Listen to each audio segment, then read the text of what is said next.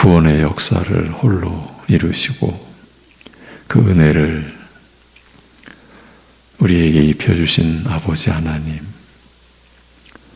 창조주 하나님을 아버지로 섬기게 된 저희들이오니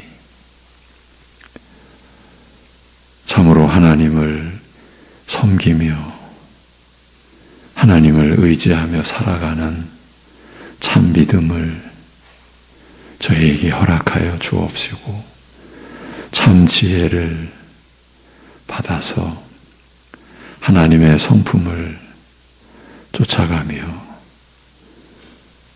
하나님의 자녀로 세움을 입어가는 그 복된 생애를 살아가는 우리들 되게 인도하여 주옵소서. 예수님의 이름으로 기도합니다. 아멘. 갈라디아서 2장 20절에서 21절 보시겠습니다.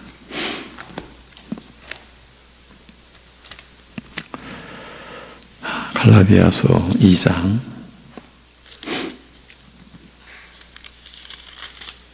20절, 21절.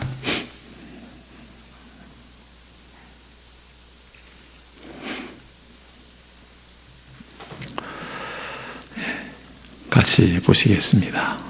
20절, 21절입니다. 내가 그리스도와 함께 십자가에 못 박혔나니 그런즉 이제는 내가 사는 것이 아니요 오직 내 안에 그리스도께서 사시는 것이라. 이제 내가 육체 가운데 사는 것은 나를 사랑하사 나를 위하여 자기 자신을 버리신 하나님의 아들을 믿는 믿음 안에서 사는 것이라. 내가 하나님의 은혜를 패하지 아니하노니 만일 의롭게 되는 것이 율법으로 말미암으면 그리스도께서 헛되이 죽으셨느니라. 아멘. 어제도 힘든 시간을 가졌습니다.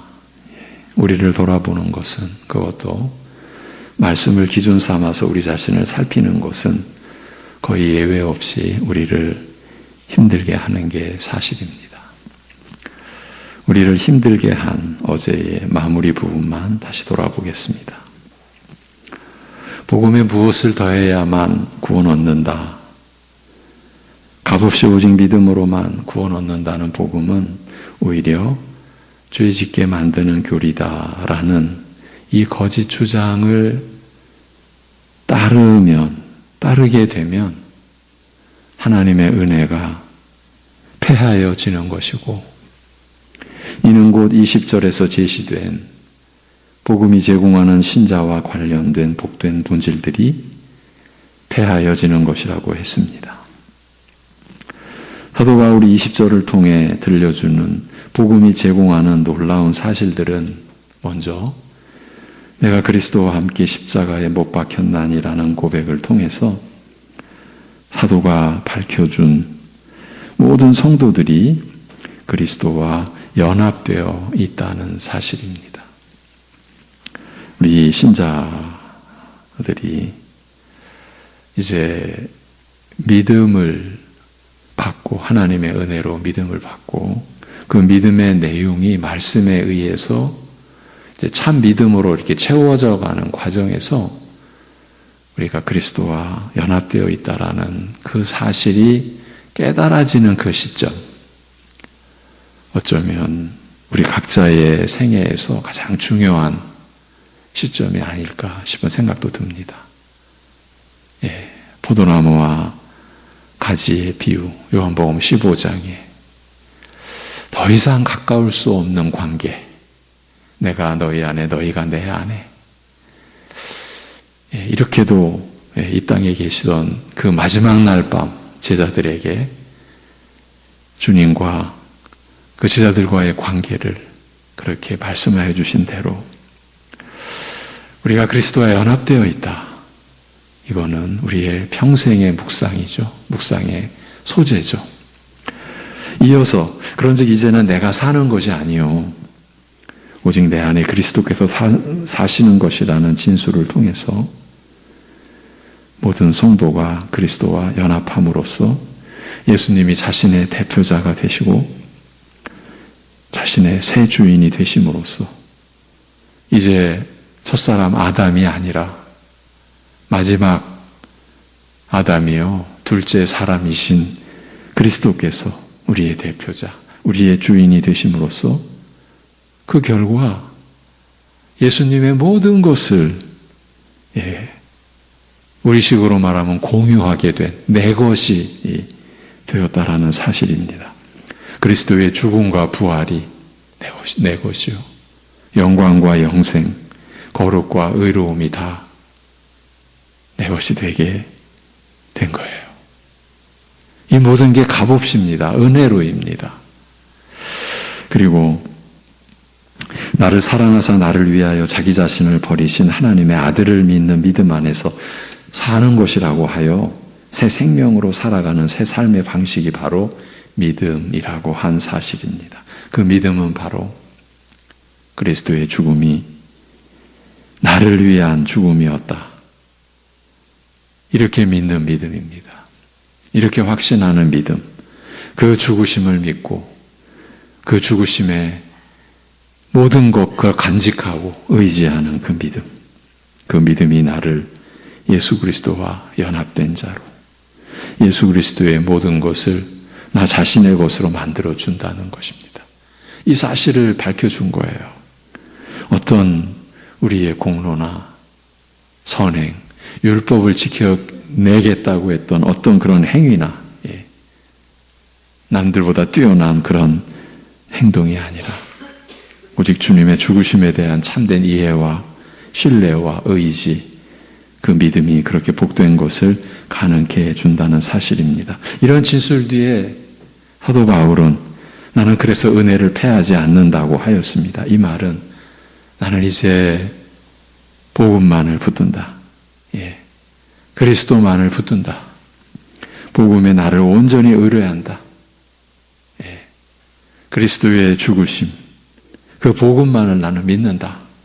무슨 일이 있어도 복음은 나의 유일한 도피처요, 의지처, 나의 구원의 반석이시다. 내 생명을 주고도 포기할 수 없는 것이 있다면 그것은 복음이다라고 선언하는 것과 같다라고 했습니다. 그리고 그렇게 하지 않는 어떤 행위도, 그러니까 이 믿음에 의해서 나타내지는 어떤 행위, 믿음에 의하지 않고, 이런 믿음에 의하지 않고 나타나는 어떤 행위도 그리스도의 죽으심을 헛되이 여기는 것이라고 하면서 복음에 무엇을 더하거나 빼거나 하면서 사도들이 전한 복음을 훼손시키는 것은 그리스도의 십자가의 죽으심을 두고 괜히 죽었다고 말하는 것과 같다고 하였습니다. 바울이 복음에 복된 진술과 함께 제시된 그런 믿음에 근거한 행위가 아니면, 그렇게 하지 않는 어떤 행위도 그리스도의 죽으심을 헛되이 여기는 것, 헛되게 만드는 것, 이렇게 말했습니다. 어제 여기까지 나눈 뒤에 마무리를 해야 했습니다. 우리 자신을 각자 돌아보아야 했던 것입니다. 그래서 이렇게 우리 자신을 향해 질문했습니다. 질문을 던졌습니다. 이런 갈라디아서의 가르침이 오늘 우리와 별 상관이 없는 것입니까? 율법의 행위와 우리는 별로 관련이 없다는 식으로, 그 율법의 행위 그러는데, 율법으로 말미암으면 이렇게 말하는데, 그건 초대교회, 아니 이스라엘 유대인들의 문제지 우리와 그 율법이 무슨 상관이 있냐, 이런 식으로 여길 수 있습니까? 그렇게 넘어갈 사안이겠습니까? 그리고 더 구체적으로 우리 자신에게 물었습니다. 우리가 오늘날 이 복음의 복된 본질들만으로 족하다, 그것으로 우리는 만족하고 감사하고 있습니까? 이렇게요. 더 단순하게 이제 복음만을 붙든다고 우리가 할 수 있습니까? 우리의 삶이 그 복음만을 붙드는 그런 내용을 갖고 있습니까? 이 질문에 대하여 이렇게 답을 내놓았습니다. 우리의 현실을 놓고 보면 그렇지 않다. 우리도 복음에 무엇을 더하고 있다. 이건 분명한 사실이다. 우리 자신을 들여다보면 금방 답이 나온다. 우리 안에 자랑하는 행위와 우리 자신을 내세우는 것이 분명히 있다. 적은 게 아니고 드문 일도 아니다. 그게 다 율법의 행위와 그 본질이 같은 것이다. 우리도 복음만으로 부족해서 자신의 행위와 자랑으로 채우고 있다. 다름 아닌 하나님의 은혜를 패하고 있는 것이다. 그리스도께서 헛되이 죽으셨다고 하고 있는 것이다. 그러면서도 오히려 믿음이 좋다고 본이 된다고까지 하고 있는 것은 아닌지 모르겠다. 이렇게 어제 마무리했습니다. 그런데 어제 낮에 사소한 일을 통해 한 가지 생각을 정리할 수 있었습니다. 평소 사용하던 물건에 문제가 생겼었는데, 언제부턴가 문제가 생겼었는데 그대로 사용해도 될 것 같아서 그냥 사용하고 있었습니다. 그런데 어제 갑자기 그 문제를 살펴보니 이거 손을 보지 않으면 안 되는 사태가 확인되었습니다. 처음부터 작은 문제가 아니었던 것입니다. 그런데 문제가 발견되었을 당시 대충 살피고 지나간 것이 큰 화근을 불러올 뻔했던 것입니다. 자신은 살폈다고 생각하고 있었던 것이죠. 제대로 살핀 것이 아닌데도요. 이 사소한 깨우침이 확대되고 증폭되면서 한 생각을 정리할 수 있었습니다. 그거를 전해드리고자 합니다. 이런 시도를 하는 이유는 뒤에 말씀드리겠습니다. 어떤 일이든지 그 일에서 어떤 문제를 발견했을 때 그 문제를 정확히 파악하는 것은 여러 면에서 매우 중요합니다. 급한 다른 일이 있을 때라도 그 일을 처리한 뒤에는 그 문제를 다시 살펴서 어떤 상태인지를 제대로 알아보고 대처해야 하는 것은 우리가 살아가는 모든 면에 적용되리라고 봅니다. 만일에 대충 알아보고 괜찮은 것 같다든지 지금 당장 손보지 않아도 된다든지 해서 그냥 넘어갔을 경우에 그대로 괜찮은 경우도 있을 터이지만 그 문제가 큰 일로 다가올 수도 있습니다.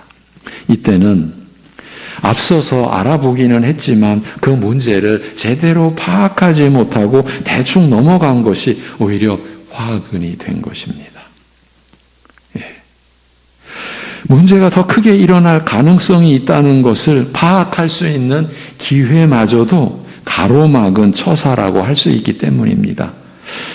별 문제가 되지 않을 거라고 인식하고 있으니까 그 문제를 다시 더 살필 기회를 스스로 막고 있었던 것입니다. 그 문제의 본질이 무엇인지, 핵심이 무엇인지 알아보지 않고 지금 당장의 편안함에 안주하거나 눈앞의 일을 우선하는 이런 경우 우리가 살아가면서 늘 겪는 일이라고 할 수 있고 그런 일들로 인해 실제로 많은 어려움을 겪어온 것은 아닌가 싶었습니다. 오늘 이런 내용을 나누는 이유가 있다라고 했습니다. 제가 여러분과 하나님의 말씀을 나누면서 우리의 현실의 영적 어두움을 제시하는 일이 종종 있는데 그때 우리가 회개하고 주님의 은혜로 극복해 가야 할 영적 문제를 제대로 파악하지 못하고 제대로 파악하도록 해드리지 못하고 그야말로 대충 살피면서 수박 겉핥기식으로 넘어왔던 것은 아닌가 하는 이 두려운 생각을 할 수 있게 된 것입니다. 저의 사소한 일에서 출발한 예기치 않았던 생각이 그날 새벽, 어제 새벽에 나눴던 말씀에까지 미치면서 놀랍게도 새로운 생각을 할 수 있었던 것이죠. 말씀의 일꾼으로서 이런 경우를 접할 때마다 사실 그저 감사하고 감사할 뿐이지요. 자신의 어리석음과 무지함으로 인하여 죄스러움도 크지만 그런 연약한 종을 일깨워 주시는 주님의 은혜가 더 크게 다가오기 때문입니다. 그 감사함과 죄스러움이 함께 밀려오는 거죠. 어제 전혀 예기치 못했던 어떤 일로 어떤 순간 그런 시간을 가졌습니다. 사실 우리의 어두운 부분을 꺼내 들고 나면 그날은 참 힘듭니다. 늘 그래왔던 것 같습니다. 그러면 안 꺼내 들면 되지 않느냐는 반문을 제 스스로에게 많이 했던 것도 사실입니다. 그렇지만 그렇게 되지는 않았습니다. 밝은 부분만 강조하면 되지 않을까 하는 생각이 어두움을 피해가는 핑계일 수도 있겠다라는 생각도 만만치 않았습니다. 제 나름대로는 성경 말씀에 충실하자라는 관점에서 어둠을 파헤치는 작업도 필수적이라는 판단을 따르기로 했던 것 같습니다. 오랜 그 시간들의 얘기입니다. 또 제가 경험한 교회의 어둠에 관한 기억도 한 몫을 했습니다. 한국 교회를 전체적으로 출렁이게 할 정도의 크고 깊은 어둠을 맛보았으니까요. 제가 제 생애를 돌아봐도 의아할 정도로 여러 측면의 신앙의 오류를 직간접적으로 체험했는데 그 거짓 신앙이 어떤 것인지를 단지 옆에서 쳐다본 정도가 아니라 그 속에서 잘난 척도 할 정도로 나댄 적도 있었습니다. 제가 한국 교회를 출렁거리는 그 어둠을 맛볼 때 저희 형제들도 저를 기피했습니다. 제가 너무 잘난 척을 해댔으니까요. 이랬던 제가 기록된 성경 말씀에 대한 믿음과 사모함을 갖게 된 것은 제가 생각해 봐도 불가사의합니다. 바울 사도의 회심의 경험에 비추어 보자면 그 발치에도 못 따라간다는 이 말조차도 저로서는 할 수 없지만 제게는 이적 중에 이적의 역사였지 않나 싶습니다. 이렇게 고백할 수밖에 없습니다. 주님의 인도하심이 아니면 절대로 일어날 수 없는 일이 일어났으니까요. 이런 배경 아래에서 이 시대의 교회와 우리 안의 어두움을 드러낼 때에 제가 힘든 것은 그 내용의 실제적인 측면 때문입니다. 이 시대의 교회와 우리의 신앙에 있어서의 오류, 빗나간 부분, 이 빗나갔다라고 하는 게 사실은 죄의 본질이지 않습니까? 죄라는 말이 그런 기본 뜻을 담고 있고요. 그러한 빗나감에 대해서, 우리의 어둠에 대해서 드러내는 것이 실체이기 때문에 제가 힘든 거예요. 실제이기 때문에 누가 이랬다더라는 그런 내용이 아니니까요. 제가 그런 것으로 여러분과 함께 그런 걸 짚어드린 것이 아니니까요. 아니면 누구라도 이럴 수 있다는 식도 아니니까요. 그저 추측하고 가정해본 내용을 전해드리는 것이 아니니까요. 여러분도 어느 정도는 짐작하셨겠지만 사실 그대로를 전해드리는 내용이니까요. 그래서 종종 제가 틀렸으면 한다고 말씀드리기도 했던 것입니다. 이렇게 말씀드리지만 제가 틀렸기를 바랍니다. 사실이 아니기를 바라는 심정은 여러분과 같으니까요. 더 나아가 제가 전해드리는 내용이 빙산의 일각에 불과하다고 말씀드린 적도 있었지 않습니까? 이건 빙산의 일각입니다. 그러면 겨우 저는 하나 정도, 이렇게 그것도 겨우 이렇게 드러냈지만 그 밑에 잠긴 열 중에 9이라고 하는, 드러나지 않은, 그러나 실체, 그 어두움의 정체가 있다라는 것 아닙니까? 오늘은 시체말로 사설이 좀 길었습니다. 죄송하지만 마무리를 해야겠는데 어제 마무리 부분을 다시 불러오겠습니다. 우리가 오늘날 이 복음의 복된 본질들만으로 만족하고 감사하고 있습니까? 우리 자신에게 물었죠. 더 단순하게 이제 이 복음만을 붙든다고 할 수 있습니까? 라고 묻고서 우리의 현실을 놓고 보면 그렇지 않습니다. 우리는 복음에 무엇을 더하고 있습니다. 우리 안에 자랑하는 행위와 우리 자신을 내세우는 것들이 분명히 있습니다. 내세우고 자랑하는 것은요, 한 개인의 차원에서도 아니면 교회의 차원에서도 적은 게 아니고 드문 일도 아닙니다. 그것이 다 율법의 행위와 그 본질이 같은 것입니다. 우리도 복음만으로 부족해서 자신의 행위와 자랑으로 채우고 있습니다. 하나님의 은혜를 패하고 있는 것입니다. 그리스도께서 헛되이 죽으셨다고 하고 있는 것입니다. 제가 이렇게 답했습니다. 오늘 제가 말씀드리고자 하는 것은 이 한마디입니다. 여기서 멈추면 안 된다라는 것입니다. 대충 살핀 것으로 인하여 우리의 문제가 우리의 문제를 진정으로 살피는 기회가 가로막히는 그런 일이 일어나서는 안 된다. 이 말씀을, 이 한마디를 드리고자 하는 거예요. 우리가 예배의 말씀에서 나누는 그것은 어쩌면은 우리의 어두움을 살피는 어떤 실마리를 그저 겨우 붙잡은 정도. 그 실마리를 잡아당겨야죠. 풀어내야죠.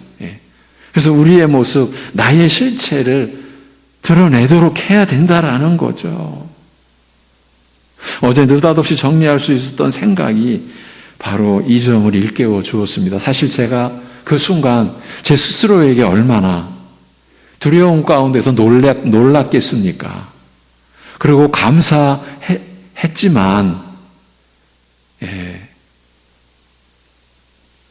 제가 어제 새벽에 나눈 그 내용, 그 말씀을 제가 묵상하면서 제가 스스로 깨닫게 된 것이겠습니까? 저는 그렇게 생각지 않습니다. 제 것이라면 오늘 소개해 드릴 이유가 없었겠죠. 저는 감히 주님의 인도하심이라고 여기고 있습니다. 진실로 복음에 무엇을 더하고 있는 그 실체를 확인해 가야 합니다. 드러내놓거나 아니면 감춘 채로 있거나 우리 안에 자기의가 있다는 것을 살피고 확인해야 합니다. 이건 우리의 삶을 총체적으로 일그러뜨립니다. 그런데 예수님 앞에서 가증한 사람들이었던, 그러니까 예수님께서는 너희는 가증한 자들이다라고 했지만 그 당시 대제사장들, 서기관들, 바리새인들은 자타가 본인 스스로도 그 대제사장, 서기관, 바리새인들을 바라보고 인정하는 사람들 속에서는 저들은 경건한 자들, 하나님을 경외하는 자들, 천국에 가장 앞장서서 들어갈 수 있는 자들, 그런 무리들 아니었습니까? 그런 무리들이 되어서는 안 되기 때문입니다. 사람들에게 이 세상에 어떻게 내보였든지 간에 예수님 앞에서는 가증한 무리들에 불과했습니다. 복음만으로 만족하게 못하는 것이 무엇인지를 밝혀내 가야 합니다. 어제 우리가 이 시간 힘들게 겨우 나눈 그거는 그야말로 그냥 대충입니다. 그걸로 우리 살폈네. 이러면 안 된다라는 겁니다. 어제 그렇게 여기게 해주시는 그 은혜에 두렵기도 하고 감사하기도 하고 이렇게도 표현할까요? 사실은 정신이 없었어요. 내가 지난날 제시해드린다라고 짚어드린다라고 한 것이 오히려 진정 짚어봐야 할 그런 어떤 내용을 가로막은 것은 아닌가, 이 정도까지. 예. 여러분, 그리스도께서 우리의 전부가 된다는 신앙 고백을 우리 안에서 가로막는 게 무엇인지 그 실체를 찾아내지 않으면 안 되기 때문입니다. 우리 시대의 교회와 우리의 신앙의 내용은 이 상태로는 위험하다고 말씀드린 그 실상을 확인해 가야 한다고 감히 말씀을 드립니다. 제가 주일 오전 예배 때도 이런 언급을 했었거든요. 지금 우리의 신앙 상태로는 위험하다고, 이대로 가면 그 위험이 실제가 된다고. 예. 그리스도께서 이유 없이 헛되이 죽으셨다라고 해서는 안 되지 않습니까? 그런데 우리의 신앙이, 우리의 행위가 실제로는 그렇게 주장하고 있는 모습이 있다면 어찌하겠습니까? 예. 제가 한국교회를 출렁거리게 할 정도로의 그 어두움에 깊이 관여했었다. 그 안방을 들락날락 거렸다. 그런데 제가 하나님의, 이건 불가사의한 은혜죠. 제가 말씀을 사모하는 그러한 하나님의 인도하심을 받고 나서 이제 우리 교회, 일반 교회들 안에 들어왔을 때 그 어두움이 여기 있네.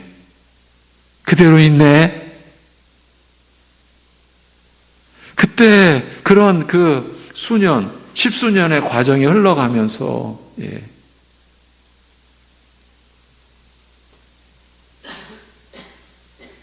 하나님의 말씀 아니면은 우리 다 죽는구나. 하나님의 말씀뿐이구나.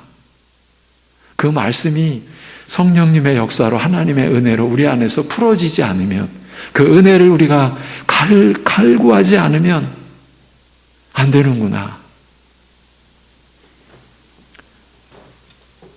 예. 오히려 제가 장애인 가족교회를 섬길 때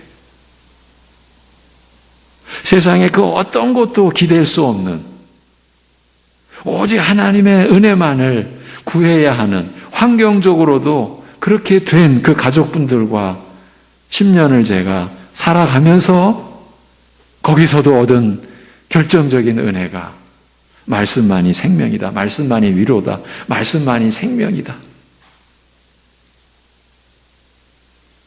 그리고 이제 일반 교회로 제가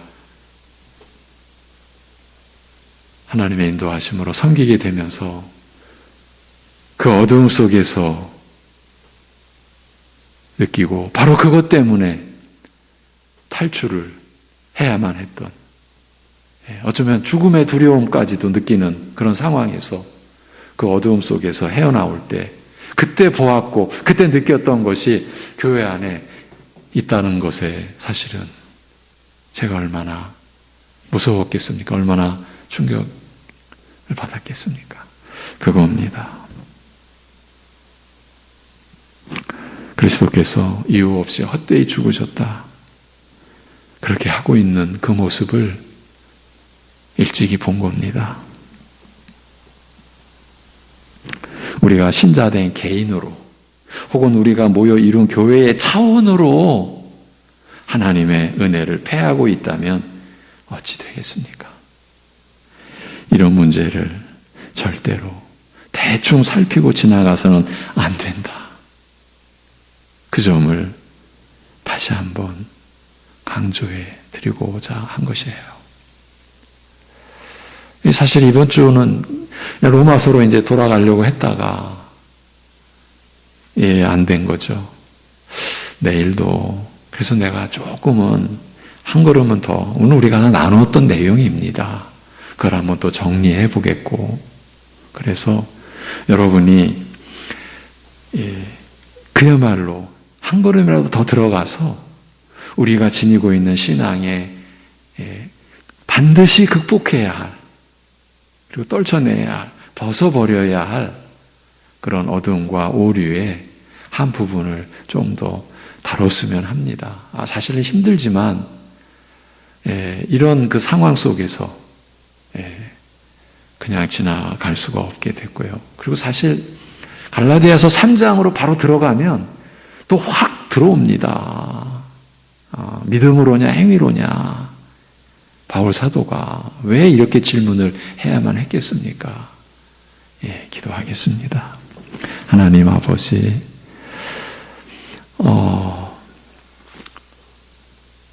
주의 오래 참으심이 우리의 구원이 된 줄로 여기라고 하는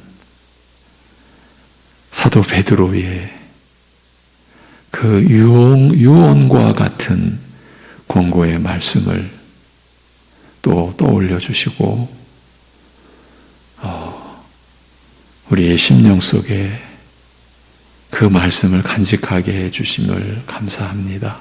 우리를 긍휼히 여겨 주셔서 오래 참아 주셔서 우리가 가늠하고 우리가 이해하고 우리가 생각할 수 있는 그 범위를 넘고 넘어서 그 깊은 긍휼과 그 크신 사랑으로 우리를 기다려 주시고 참아 주시고 또 우리를 친히 보호해 주시고 우리를 살펴주시는 은혜로 우리가 여기까지 온 것임을 고백하지 않을 수가 없음을 또 아뢰며 그저 감사를 드립니다. 아버지 하나님, 우리를 붙들어 주시고